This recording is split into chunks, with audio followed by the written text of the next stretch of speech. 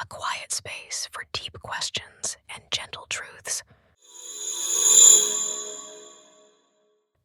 MindLab Episode 2: Why We Shame Ourselves into Silence and How to Break Free.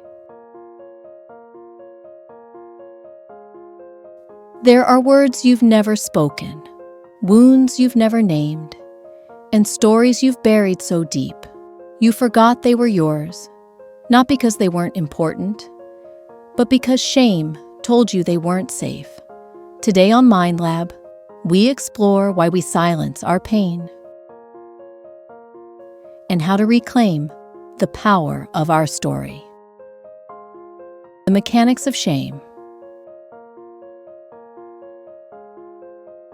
Shame is more than a feeling. It's a full-body experience of disconnection. Psychologist Brené Brown defines shame as the intensely painful belief that we are flawed and therefore unworthy of love and belonging.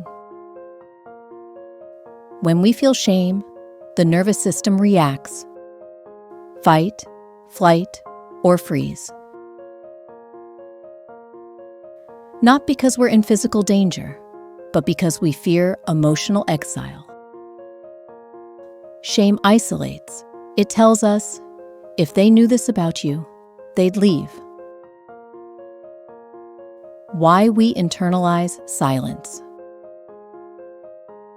Many of us learned early on that expressing pain was risky. Perhaps we were told to get over it, or punished for crying, or shamed for needing help. Over time, we internalized a message: it's safer to be quiet. This is how trauma turns into silence, and silence, left unspoken, becomes identity. Take Marielle, for example, a quiet, thoughtful woman who always seemed composed. She never spoke about her father's death when she was 10, not even to her closest friends. When asked, she'd simply say, "We weren't close." But inside, she carried guilt and sadness for decades. Why the silence? Because at the funeral, she overheard an aunt say, "She better not cry. Her mother needs strength." From that moment, she believed grief was weakness. That message froze her story in time. What Marielle didn't know was that her silence cost her connection to others and to herself. Years later, when she finally shared her grief in a therapy group, others simply nodded and said, "I felt that too." And for the first time, her story became a bridge instead of a burden. The impact of shame on healing. Shame doesn't just live in our thoughts. It lives in the body. It shows up in tense shoulders, shallow breath, averted eyes, and most painfully, in the moments we abandon ourselves just to be accepted. Healing requires safety, but shame tells us we are not safe anywhere, and so the very emotions that need expression are the ones we hide the most.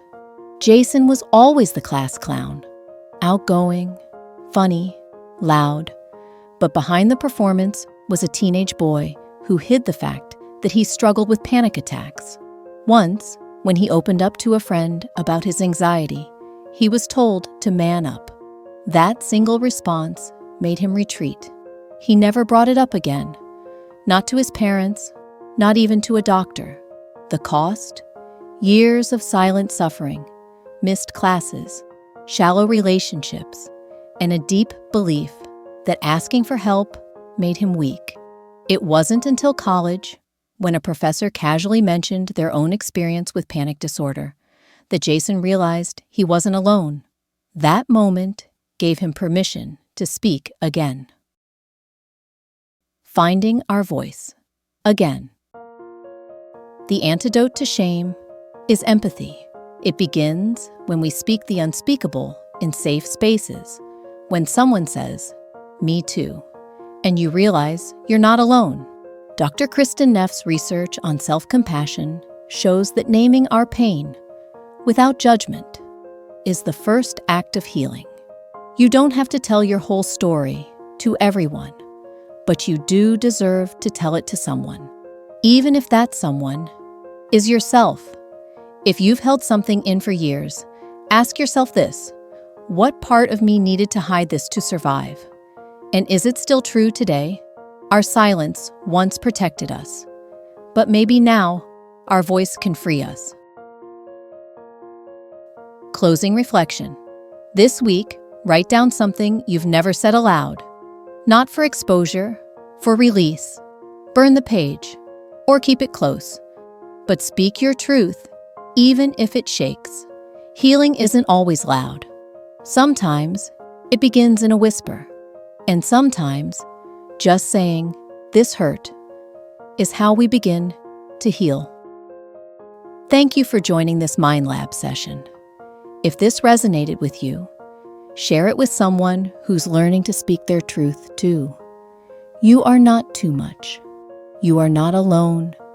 You are not broken. Like, share, and subscribe.